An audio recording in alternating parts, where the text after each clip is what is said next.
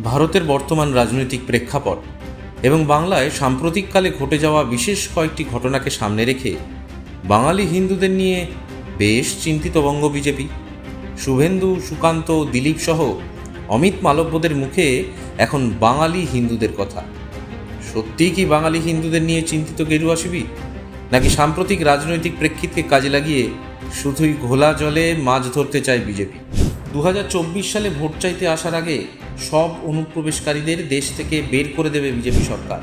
হরিয়ানার কৈঠালে এই ভাষাতেই হুঁশিয়ারি দিয়েছিলেন কেন্দ্রীয় স্বরাষ্ট্রমন্ত্রী। কিন্তু অসমে এনআরসিতে চূড়ান্ত তালিকা থেকে বাদ পড়লেন 19 লক্ষ লোক। বিধানসভা আর লোকসভা ভোটের আগে পদ্ম শিবির আশ্বাস দিয়েছিল হিন্দুদের ভয় নেই।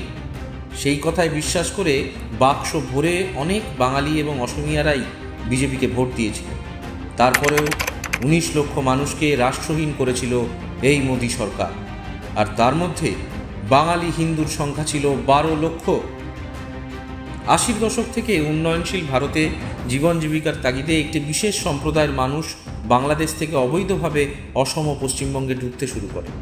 সেই সময় এই বিষয়টি কিন্তু তৎকালীন কেন্দ্র বা রাজ্য গোয়েন্দা সংস্থা সহ শাসকের অজানা ছিল না। অথচ এনআরসির নামে অসম 12 লক্ষ হিন্দুকে ডিটেনশন ক্যাম্পে পাঠিয়েছিল এই মোদী সরকার, যারা বছরের পর বছর ওই দেশেই বসবাস করেছেন, যাদের পূর্বপুরুষ এই দেশে জন্মেছেন। সেই 12 লক্ষ হিন্দু বাঙালিকে কেন্দ্রের তরফে বুঝিয়ে দেওয়া হয়েছিল তোমরা এই দেশের নাগরিক নও।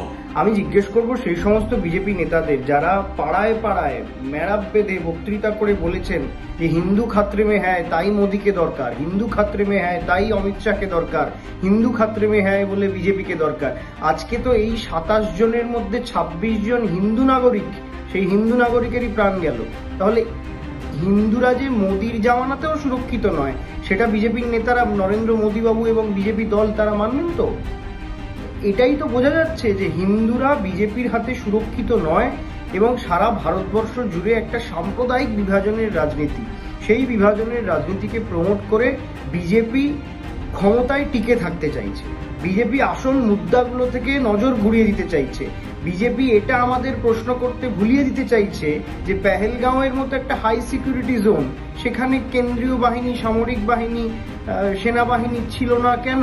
কেন পুলওয়ামা থেকে শিক্ষা নিয়েও না নিয়ে আজকে বিজেপির সরকার পেহেলগাঁওয়ের ক্ষেত্রেও, কাশ্মীরের ক্ষেত্রেও সেই একই ফেলাসি দেখালো?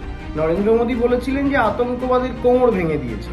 তা এই যদি কোমর ভাঙার নমুনা হয়, তাহলে তো আমার মনে হয় যে নরেন্দ্র মোদী এবং অমিত শাহ কাশ্মীরের এই 27 জন হিন্দু ভাইয়ের প্রাণ গেছে বলে ওনাদের পদত্যাগ করা উচিত। এবং এটা ওনাদের মুখে আর মানায় না যে হিন্দু খাত্রে মে হ্যায় তাই বিজেপিকে দরকার। পশ্চিমবঙ্গে আজ যে বাঙালি হিন্দুরা বিজেপির স্তোত বাক্যকে বিশ্বাস করছেন, তাদের এবার নিজেকে একবার অসমের আয়নায় দেখার সময় এসেছে। হিন্দু বলে সত্যিই কি আপনি রক্ষা পাবেন? বাঙালি হিন্দুর নামে কি শুধুই ভোট ব্যাংকের রাজনীতি করছে না বিজেপি? কারণ গেরুয়া শিবিরের হিন্দুত্ব মানে মাছ মাংসহীন কঠোর হিন্দুত্ববাদী রাজনীতি।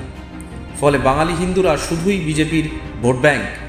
তাই বঙ্গ বিজেপির বাঙালি হিন্দুত্ব প্রীতিকে কালিদাসের ভাষায় বলতেই হয়, সহজ কথায় লিখতে আমায় কহ যে, সহজ কথা যায় না লেখা সহজে।